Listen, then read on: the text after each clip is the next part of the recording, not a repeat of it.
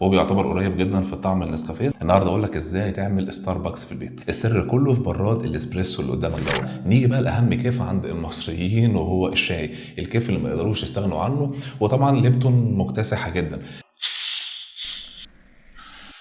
واو. لان من فتره اتفرجت على بعض الفيديوهات لناس واقفه قدام ماكدونالدز بتشتم او بتضايق الناس اللي داخله جوه. لو ما كنتش مقاطع وداخل اي مكان حد ضايقني للاسف ساعتها مش هعديها، لان الموضوع طبعا حريه شخصيه في الاول وفي الاخر.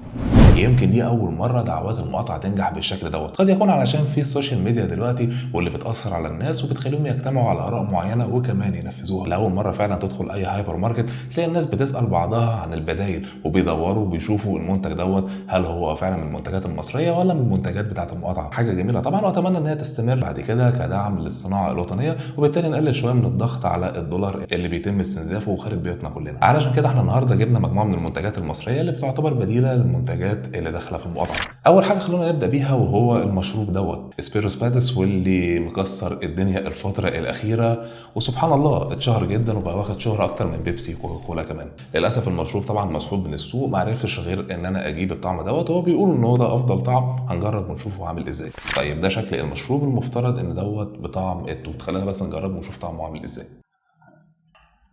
طعم التوت فيه مظبوط جدا، والسكر كمان مظبوط، لان حاجه من الحاجات اللي بتضايقني في شركه بيبسي مثلا ان نسبه السكر فيها عاليه جدا. هنا السكر وطعم التوت مظبوطين. المشكله بس ان اعتقد ان الصودا محتاجه تزيد شويه. المشروبات الغازيه بتتشرب اصلا علشان فيها صودا، حتى في الشركات الثانيه زي بيبسي وكوكا كولا الفتره الاخيره بقت الصودا فيها للاسف ضعيفه جدا. مش عارف هل الشركات علشان التضخم في الفتره الاخيره بدات تقلل فيها الماده الفعاله زي الدواء كده، ولا الفكره سوء تخزين. تاني حاجه معانا وهي سينا كولا، اللي من كام سنه كان بيتعمل لها حملات اعلانيه ضخمه جدا على التلفزيون وكده، بس من نفس الشركات زي بيبسي وكوكا كولا الموضوع مش سهل زي ما الناس ما متخيله. فكره انك تجيب نفس الطعم استحاله يحصل. ممكن تقرب منه شويه. في منها 4 اطعمه: طعم الكولا العادي، وطعم الاناناس دوت، وطعم التفاح الاخضر، وفي طعم رابع بس ما لقيناهوش وهو البرتقال. سعرها هو اللي غريب جدا، معرفش هل سعرها في المكان ده بس اللي كده ولا في كل الاماكن. الازازه الواحده لتر ب 6 جنيه ونص. خلونا بس نجربها ونشوف طعمها عامل ازاي. واو، الطعم كويس، السكر زياده شويه لكن الصودا مش موجوده. الفوران اللي حصل ده كله للاسف على الفاضي. طعم الصودا مختفي برضو. عشان ما نظلمش الشركه، انا ما اعرفش هل هم بينتجوها كده ولا علشان طبعا هي كانت مركونه قبل كده ما بتتسحبش وبدات تتسحب الفتره الاخيره، فسوء التخزين دايما بيأثر على الصودا. شركه اجا مش بس بتنتج عصاير، بتنتج منتجات تانية كتير ليها علاقه بالمطبخ زي الصلصه وغيرها من المنتجات. وعلى مستوى العصاير اللي هي بتبقى معلبه هي بتعتبر افضلهم، وكمان سعرها كويس. في نوع تاني عصير اللي هو بيبقى في كرتونه دوت، بس ما لقيتهوش ده لحد من اسبوع، كان سعره 4 جنيه لكن سعره غلي شويه وبقى 6 جنيه. وكمان عندهم انواع تانية من العصاير اعلى شويه وبيكونوا معلمينها في كان زي كده، ويبقى سعرها من 10 ل 12 جنيه. كمان عندنا بيست، وهو واحده من اشهر الشركات اللي بتعمل عصاير، يمكن بالنسبه للجيل بتاعي والجيل اللي اكبر مني كمان، واللي مشهور طبعا ان هو بيشتري من هنا. كان فتره من الفترات اختفى لكن رجع يظهر تاني، والسعر بتاعه كويس جدا. اتذكر انه 4 او 5 جنيه في الرينج ده. اما بالنسبه لمشروبات الالبان ففي شركات كتير، واشهرهم طبعا شركه جهينه واللي بتعتبر شركه مصريه مشهوره جدا. وكمان عندك شركه المراعي اللي بتقدم مشروب الزبادي دوت، اللي فيه طعم منه الخوخ، وفي اطعمه تانية زي المانجا والفراوله. الميه المعدنيه عندك منها بدائل كتير، يمكن انا بالنسبه لي بفضل فيهم صافي، بحس ان هي مضمونه شويه. طبعا نسكافيه او كابتشينو او اي حاجه من المشروبات اللي الناس ما بتقدرش تستغنى عنها علشان تبدا يومها. البديل بتاع نسكافيه وهو مصر كافيه. مصر كافيه موجود من سنين طويله.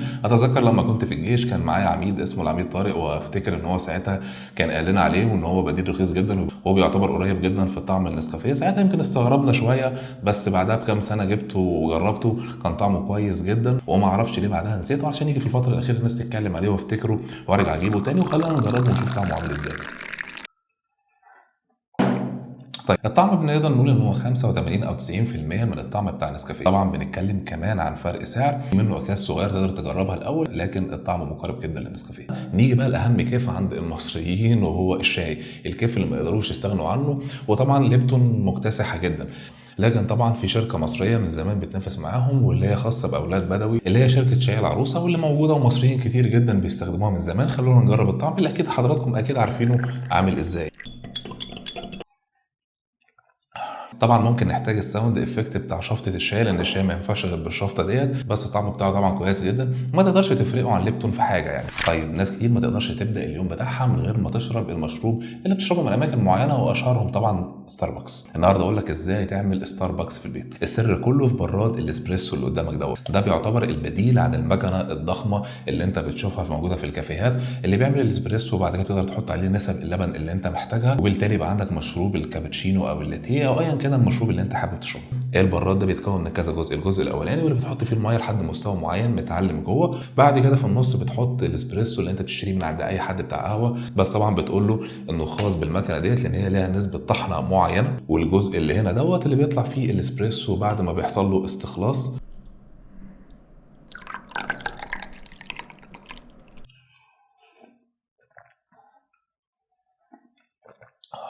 الطعم بتاعه زي الكافيهات المشهوره بالظبط، ما تقدرش تفرقه.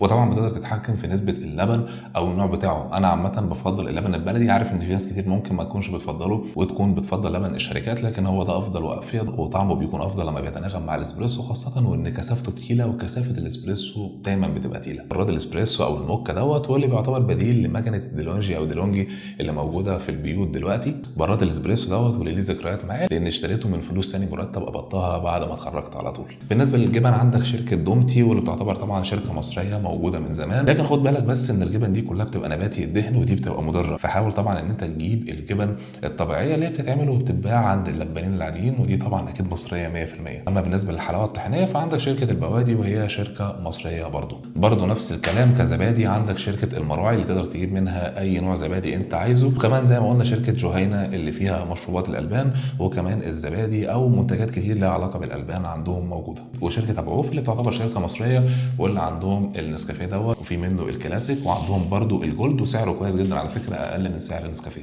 واحده من اهم المنتجات طبعا اللي عليها ضغط كبير جدا بعد الميه الغازيه زي بيبسي وكوكاكولا، وهي شركه شيبسي. وطبعا شركه شيبسي لها بديل وهو شيبسي تايجر اللي بتنتجه شركه ايجيبت فودز، واللي موجود في السوق المصري بقاله سنين. افتكر اول ما كان لسه طالع كنت انا لسه ساعتها في الجامعه، يعني بنتكلم مثلا من 7 8 9 مش عارف كام سنه يعني، بس سنين طويله مش قليله. وفي منه طبعا اطعمه كتير. شيبسي تايجر اللي بيميزه انه مش مجرد بديل يؤدي الغرض وخلاص، هو فعلا منافس قوي جدا لشركه شيبسي، وفي الفتره الاخيره مش هتلاقي اي سوبر ماركت او كشك مش موجود فيه، لانه فعلا منافس قوي. طيب بالنسبه للبسكويت طبعا والحاجات اللي زي كده، عندك لمباده واللي هي شركه مصريه واللي بتنتج منتجات كتير جدا، وعندك الشمعدان، وعندك هوس كمان واللي بتعتبر شركه مصريه على فكره. وكمان معانا منتجات شركه مولتو اللي ناس كتير فكروا ان هي شركه اجنبيه، لكن لا، مولتو طبعا شركه مصريه. اهم حاجه انه شبه المقاطعه بالنسبه لناس كتير، انا عارف ان هم مدمنين ليه، وهو بسكوت الشاتو اللي بيعتبر معانا ومن شركه مصريه، وتقدروا تستخدموه عادي. نقطه اخيره مهمه حابب اتكلم فيها، المقاطعه هي قرار اختياري مش بالاجبار.